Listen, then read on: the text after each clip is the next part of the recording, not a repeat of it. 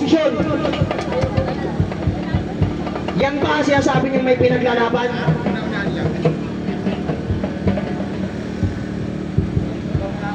Kaya kami, ako, na isa sa mga kabataan na mulat, hindi kami papayag na patuloy niyong kukunin ang kabataan sa lupaing ito at ipapalaban niyo sa maling ideolohiya ng kabobohan niyo.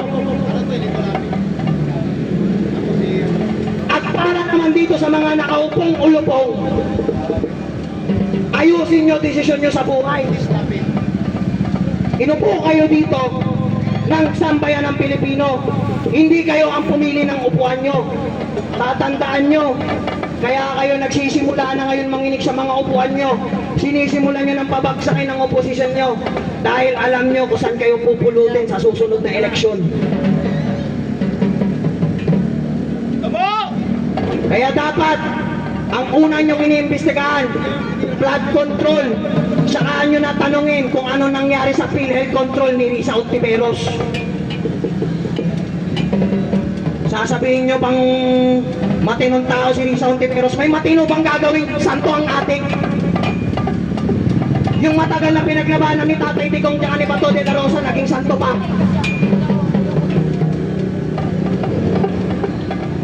Abay, apakasakit lang sa akin bilang Pilipino. Ang 44 nating magigiting na pulis, wala akong narinig simula nangyari ang insidente. Pero ang mga putang inang adik na to, hanggang ngayon maiingay pa rin sa media. May pondo kayo sa mga adik na to, pero wala kayong pondo sa mga ordinaryong Pilipino.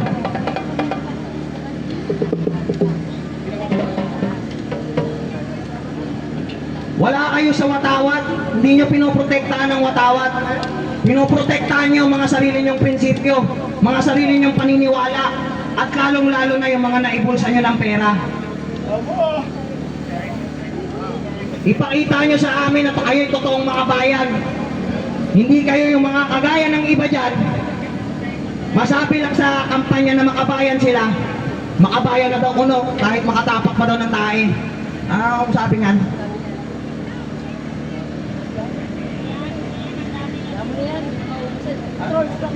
sabi, gusto ko marinig.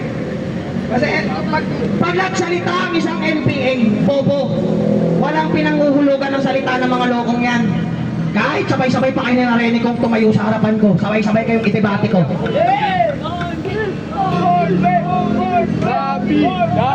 Magsama-sama pa kayo ni Matulis ang baba. Si Bibig nasa pisnge. Sama mo pa yung ngipin na nakaiwalay. Pati yung mic naging pangad.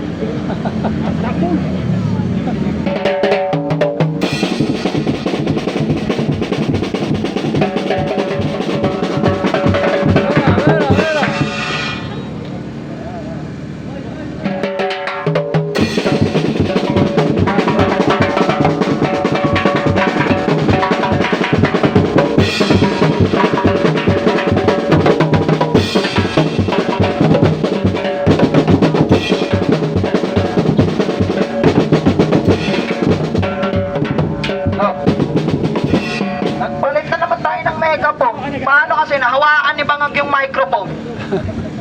Naging utal-utal na rin yung microphone. Putang inang yan. Pati ba naman microphone, nahawakan na ni Bangag. Asa na ba ako? NPA ba rin? Ayan, hinahamon kita, Renico. Tumayo ka sa harapan ko. Magdebate tayo. Kung ikaw ang tunay na makabayan, matatalo mo ko, loko. Huwag niyong ipakita na kayo kaya niyong pumunta ng Korte Suprema, maglagay ng papel na mag-voluntary surrender ka na, Senator Bato. Hindi kami mag-voluntary surrender sa mga kidnapper, loko. Ang iyain mo, voluntary surrender sa mga tauhan mong NPA. Pababain mo ng bundok, pagsalatiin mo kung ano ba talaga pinaglalaban nila. Ayan na, nawala na yung tama nung Bangag sabay. Pwede.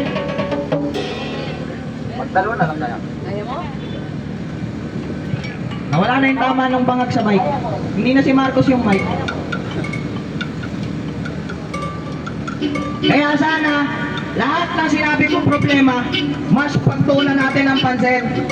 Lenny tayo, oo, sige, lugaw ka, putang ina ka.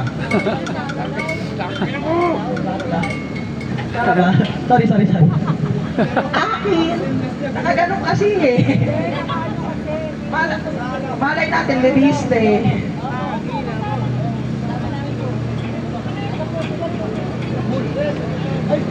Ayan, bagsak.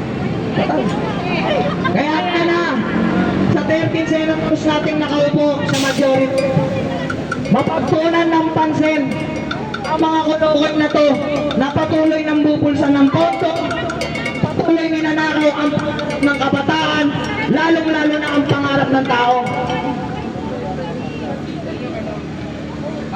Ako bilang kabataan, kahit hindi kayo makinig sa akin, isipin nyo na lang, masarap mabuhay sa kapatagan kaysa sa kabundukan. Mas mahirap nga naman talagang umakyat ng bundok na alam mong wala kang pinaglalaban. Kaya ba't nyo pipiliin ng kabundukan? Kayong mga NPA, huwag na kayong mag-reply dyan. O umakyat na lang kayo ng bundok, mga hinayupang kayo. Nang marami-rami kaming makita ang picture nyo.